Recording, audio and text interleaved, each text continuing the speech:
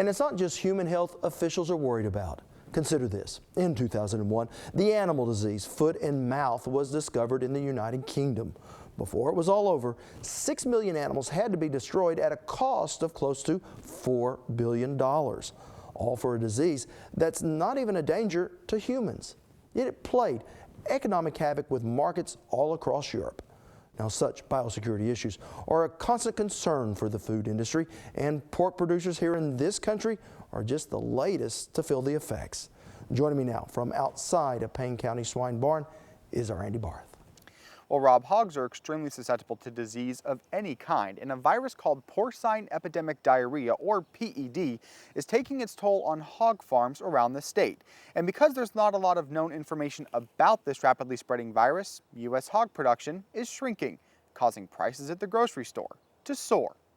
From bacon to hot dogs, the hog industry has created a huge demand for pork.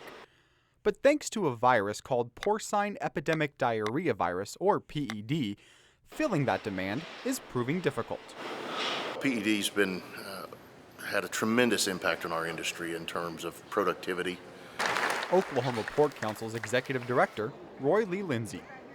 I would estimate that we've lost something close to 450,000 baby pigs in the state over the last 12 months.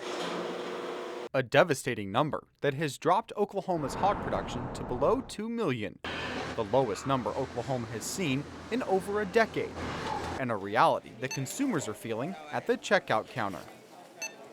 Prices have gone up, and anytime you have a reduction in supply and your demand stays constant, you're going to see an increase in price. That's what most consumers notice, is that their pound of bacon costs a little bit more, their package of pork chops costs a little bit more. Certainly devastating for our pocketbooks, but according to Roberts Ranch's Merle Mortensen, farm workers feel the impact in other ways.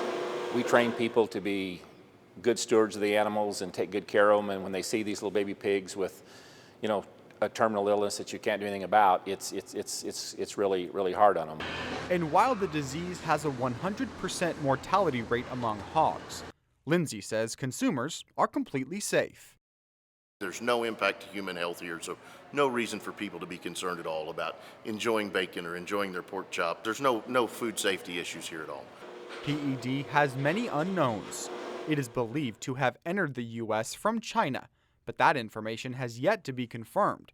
And Mortensen says steps must be taken to protect the pork industry from future threats. Our government needs to figure out how this virus got into this country, because if this virus came in from China, other viruses can come in, foot and mouth, other things like that that'll be even more devastating. The financial impact, we all understand that. It was devastating, but we can all get through that. What we can't stand is another virus of an even more magnitude that's even worse than this that gets into our country. Bringing home the bacon, but at how high a cost? Well, nationwide, there are nearly 8,000 farms infected by this virus, with nearly 500 affected farms here in Oklahoma. And that's just from volunteer reporting. But the United States Department of Agriculture has now required all farms and veterinarians to report any signs of PED. So, Andy, what's being done to combat the virus, and are there any medications to give to the pigs? Well, currently, Rob, there is a vaccine in place, but it does not cure the virus. It helps the pig fight off the infection and will hopefully save its life.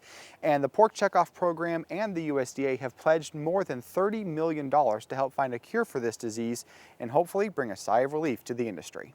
All right. Well, thank you so much, Andy. You're welcome, Rob. Now, when we return, we'll take a look at how global competition and commerce is changing the American workplace.